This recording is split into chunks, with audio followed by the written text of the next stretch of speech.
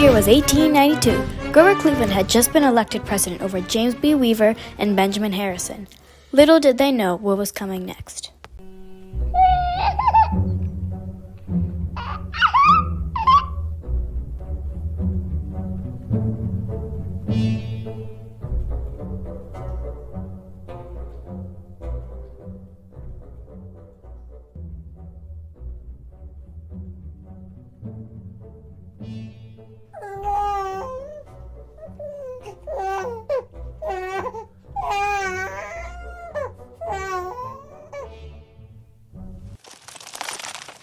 The year was 1892. An outbreak of influenza had struck, and Richard Pfeiffer was the first person to describe a new disease that was on the verge of rising up and attacking its main target, children.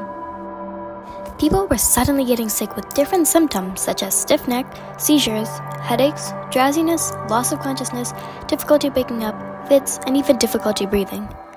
Children primarily were the victims of this bacteria with strange symptoms.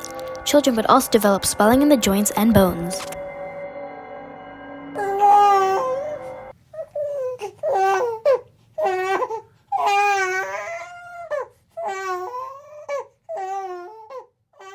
A few years ago, our son Matthew, he was 3 years old at the time, complained that he had a pain in his neck. We thought maybe he was developing strep. He had a really high fever and he was sort of like hunched over.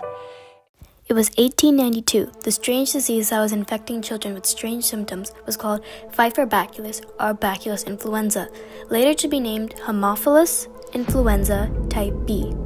This newfound disease was an infectious bacteria only infecting children of 5 years and under. This bacteria is also very contagious and it would spread between people through respiratory droplets in the air. The bacteria would enter through the nasopharynx and live in the nose and throat.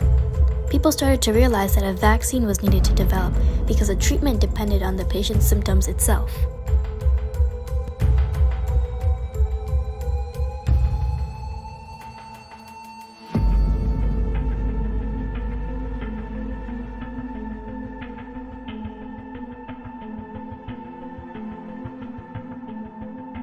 In 1892, Haemophilus influenza was first described. It wasn't until 1985 that a successful vaccine was developed and used to help babies protect themselves against this bacteria. The fight to gain protection from the disease is someone would receive an injection of an inactive strand of the bacteria called a polysaccharide. This then allows the body to recognize the bacteria and learn to eliminate the evil germ. However, the problem is this sequence wasn't producing a large reaction. This is because our bodies are built to be able to recognize foreign proteins, not carbohydrates, which is what the strain was. The solution to this was to add a small protein to the polysaccharide. Therefore, this would help the body learn to recognize this invader and eliminate it. So when the body recognized the bacteria, it would alert a special white blood cell, which is called macrophages. This white blood cell is known as the eater. What the white blood cell would do was it would eat the bacteria and go down the bloodstream. Next, the macrophages would go to where another special white blood cell was. These white blood cells were called T cells. The macrophages would present what they had eaten to the T cells, and from there, the T cells would alert another set of cells called B cells.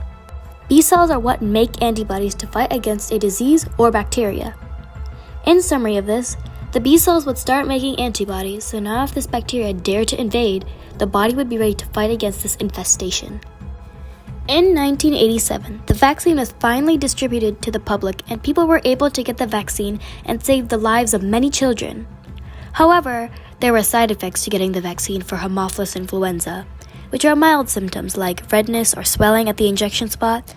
The child would become irritable or have fits or even develop a fever.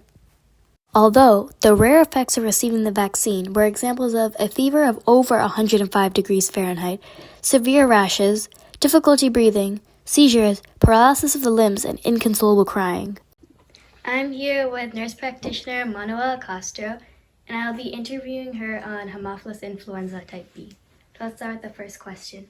At what age would you recommend getting the Hib vaccine?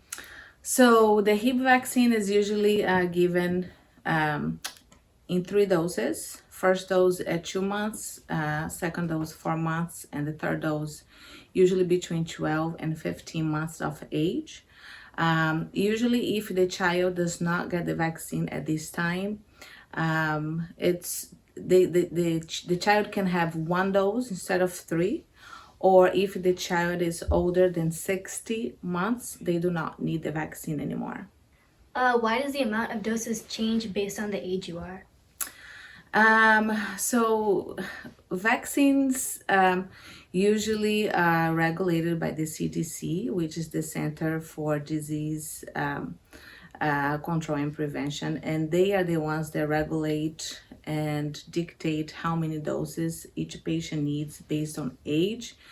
And usually this decision is made on the immunity of the patient. What are some significant signs that you have Hib? So short answer for your question is you wouldn't know immediately by seeing a patient coughing or having fever that he would have Hib. It would be a process. How long does it last? How severe are the symptoms? How better is the patient getting with the medications or not?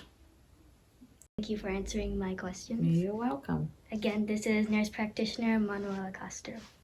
In the end, the development of the vaccine showed that not all wars are on the battlefield. However, the battle to fight the disease and accomplish defeat has come a long way because of the evolution of modern medicine. All children 5 and under would have been victims of Haemophilus influenza type B, Hib, causing meningitis, epiglottis, or severe symptoms like difficulty breathing or waking up. For example, during COVID-19, the vaccine was able to come out quicker because of how modern medicine had evolved. During the rise of Haemophilus influenza, if they had had modern technology then, they would have been able to make more accurate prototypes and produce the vaccine quicker.